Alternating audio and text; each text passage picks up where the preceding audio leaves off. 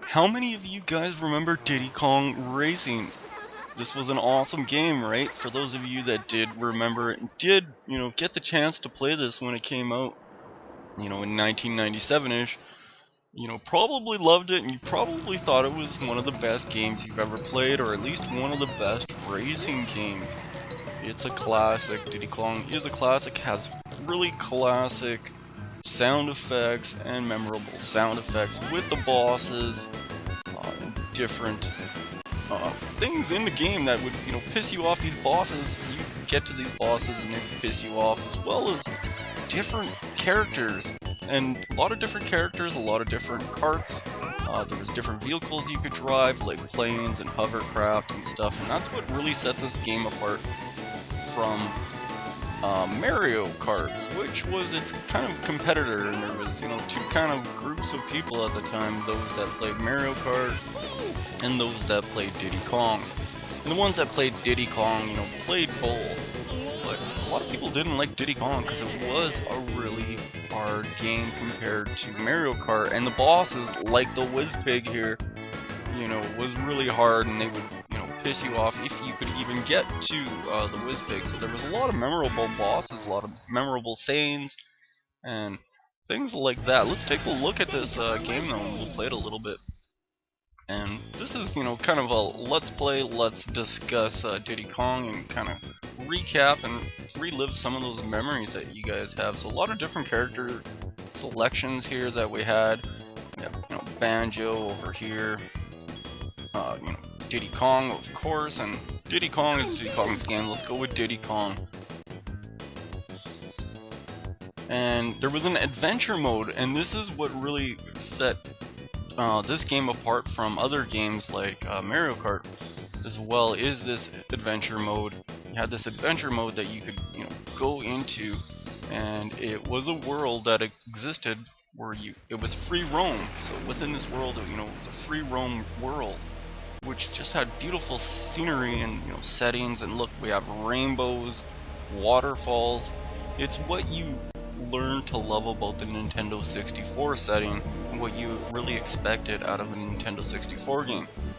This is what set Nintendo apart from PlayStation. PlayStation sort of took a more realistic, kind of more mature look to their games, where Diddy Kong kept it fun and, more cartoony, but at the same time more whimsical and more entertaining.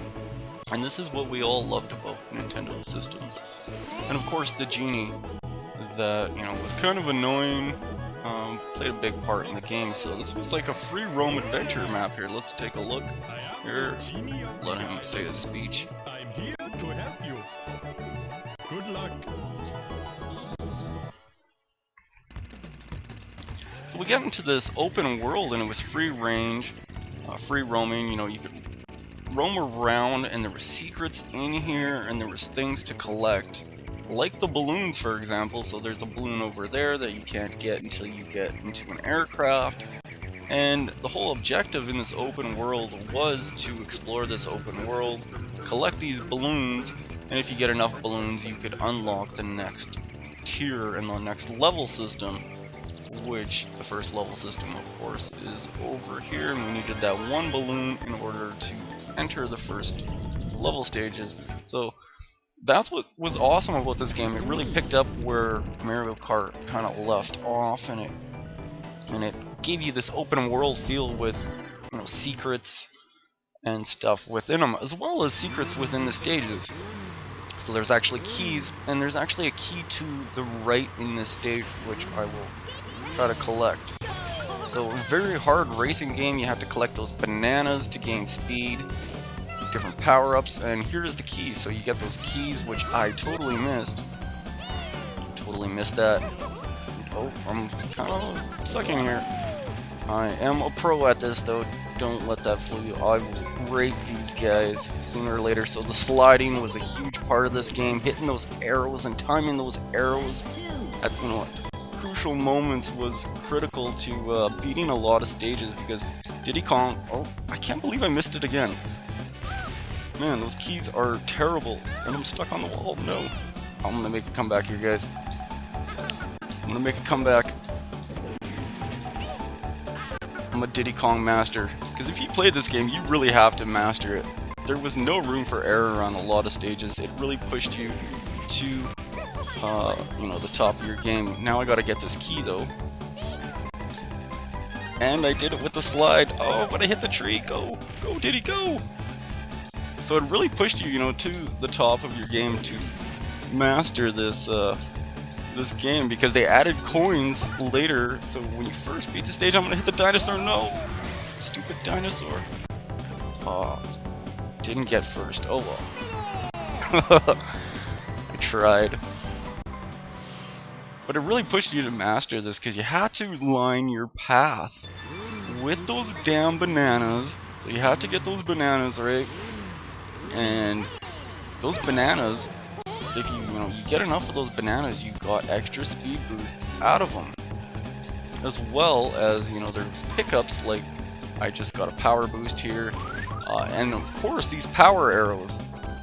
So there was a lot of elements. There's weapons in the game, you know, just like how Mario Kart had, but it had a lot more depth. So you had to replay the stages, and they would add coins to them, and you would have to find your lines in the game where you'd have to follow, you know, these strategic lines, collect certain bananas to get your power-ups, and of course, you know, balloons, the blue balloons, and, you know, the red balloons if you're not in first place and you want to shoot a guy.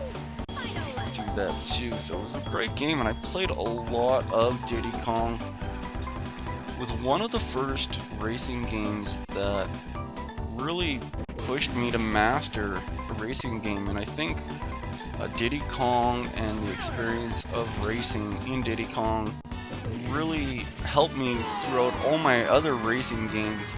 So if you know, beat Diddy Kong, you could pretty much pick up any racing game after that and just master it, because it taught you so much about how to race and how to follow these lines. The drifting in this game was awesome, guys. One of the best drifting games out there.